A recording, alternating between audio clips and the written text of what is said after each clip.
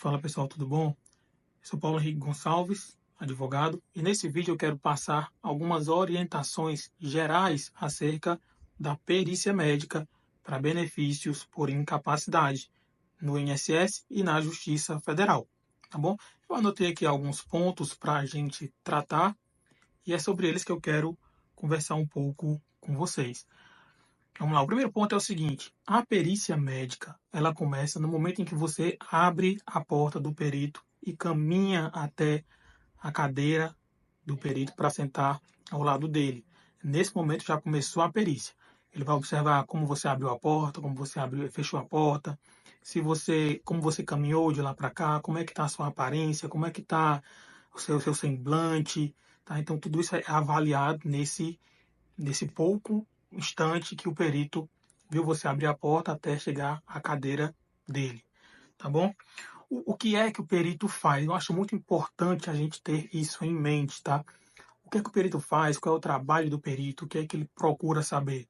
O perito, ele nada mais faz do que tentar conformar sua documentação médica com a realidade.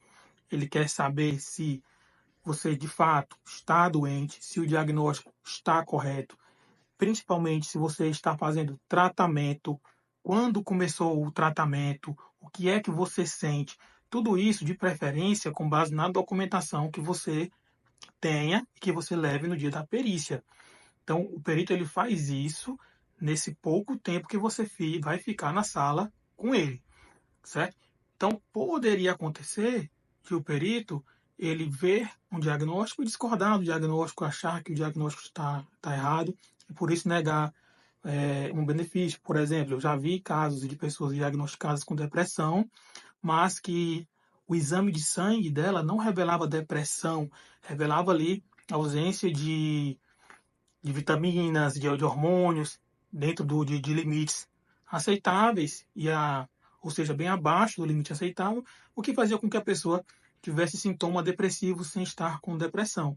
Tá? Então, o perito vai fazer mais ou menos esse trabalho de tentar identificar o diagnóstico, como o diagnóstico foi feito, como foi o começo do tratamento, se você melhorou do começo do tratamento até o dia da perícia, se houve melhora, se não houve melhora.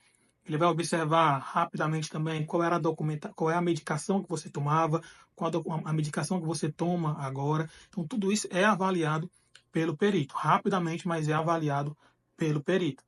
Em alguns casos, por exemplo, ortopédicos, como problemas de coluna, problemas no ombro, nos punhos, etc., geralmente o perito ele vai fazer ali alguns testes, tá? Teste de laser, teste Job, teste de NIR, ele faz alguns testes para verificar a mobilidade do membro afetado, como a coluna, como o ombro, etc. A partir desse exame físico, aliado com a documentação, ele vai tentar ali entender como é que está a situação da pessoa. Se o exame deu negativo hoje, não significa necessariamente que antes a pessoa estava boa também. A pessoa poderia estar ruim, né? O teste poderia dar positivo antes e atualmente dar negativo, a pessoa teve uma melhora. Em regra, ninguém fica incapaz para sempre. A pessoa pode ficar doente, mas incapaz para sempre a pessoa geralmente não fica. Pelo menos eu estou dizendo isso de acordo com o manual de perícia médica, tá, do INSS e de outros órgãos públicos. Esse é o conhecimento. Existe enfermidade que a pessoa fica incapaz para sempre? Sim, existe. Mas também existe enfermidade que a pessoa vai ficar um período incapaz, o tratamento vai surtir efeito, a pessoa vai melhorar nesse meio tempo.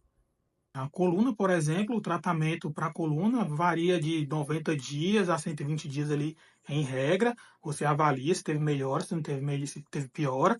Então isso vai fazer com que o benefício seja prorrogado ou cessado. Mas, via de regra, doença é para sempre. A incapacidade que a doença gera, o impedimento de trabalhar, pode não ser para sempre, pode ser só por um período, 1 ano, 2 anos, 6 meses. Isso vai depender de acordo com a doença, com a pessoa e com a gravidade em que a doença afeta essa pessoa.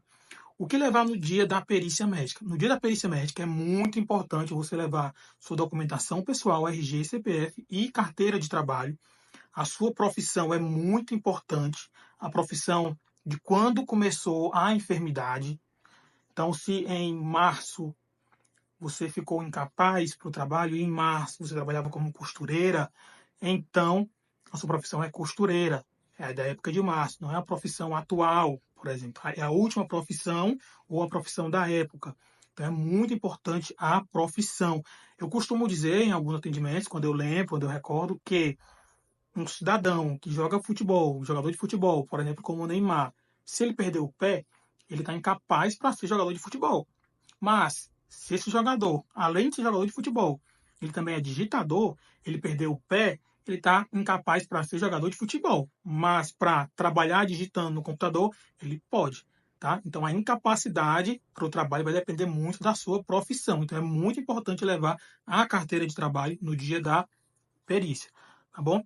Um outro ponto muito importante é a organização desses documentos. É muito importante que você organize os seus documentos médicos. Eu, inclusive, sugiro, e é a forma como eu faço nos processos, separar pelo menos em 3 grupos. Quais são eles? Em um grupo, atestados e laudos. Em um outro grupo, exames ou laudos de exames. E em um outro grupo, receitas de remédio. Então, pelo menos esses 3 grupos. Você separa por laudo e atestado, ali exames ou exames de sangue, por exemplo, se for o caso, exames ou laudos de exames e um outro grupo de receitas.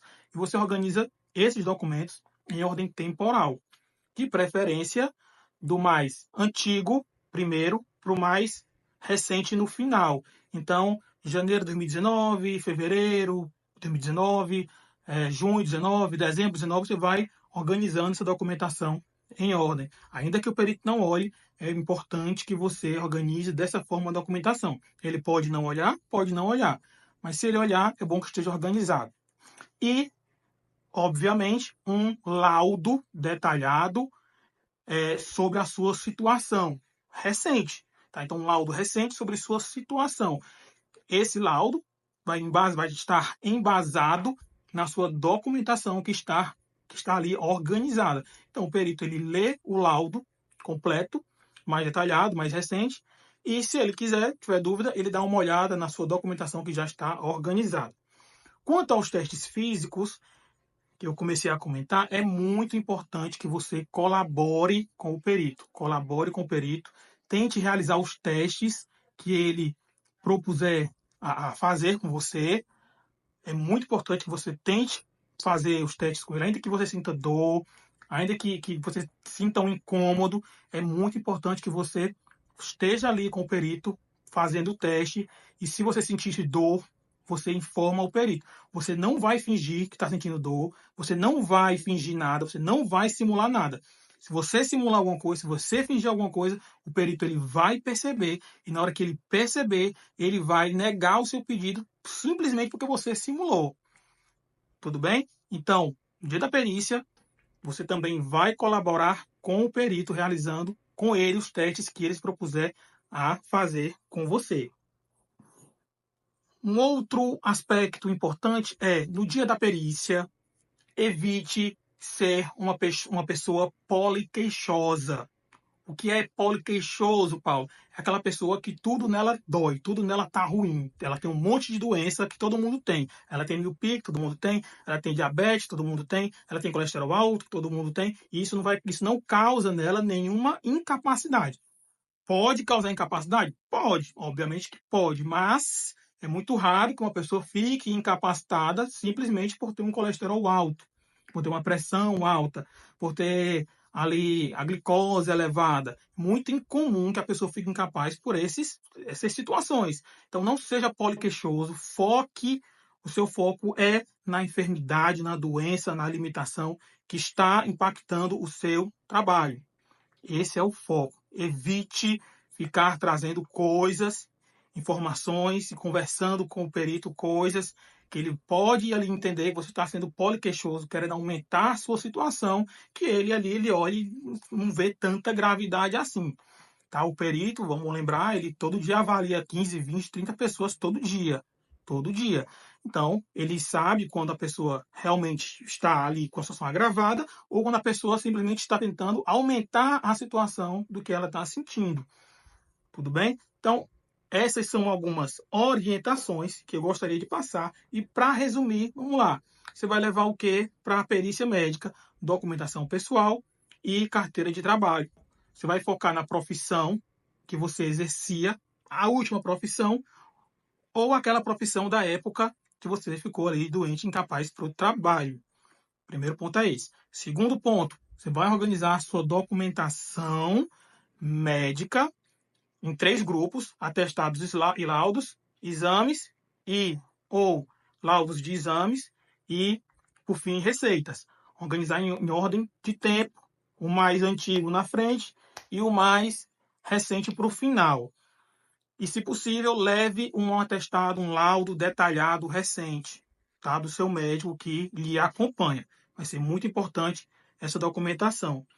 Quarto ponto, no dia da perícia, tente colaborar com o perito médico, tente executar os testes que o perito médico coloca você para fazer e não aumente sintoma, não fique reclamando de nada. Se você sentir dor ao realizar o teste, informe que está sentindo dor, mas não tente aumentar essa dor, que ele vai perceber que você está fingindo. Um adendo para o final do vídeo é que em algumas situações é importante que você leve documentos ali que demonstrem o tratamento. Na grande maioria dos casos, o tratamento é com receita médica, é medicamentoso. Mas há casos ortopédicos, por exemplo, que o tratamento também envolve fisioterapia. Então, tente levar uma declaração da fisioterapia ou o cartão da fisioterapia no dia da perícia médica para que o perito perceba exame, atestado, receita e fisioterapia aqui nesse período se a pessoa ficou incapaz. Então, tente seguir essas orientações. No mais, acredito que não tenhamos mais nenhuma informação para passar nas minhas anotações e é isso.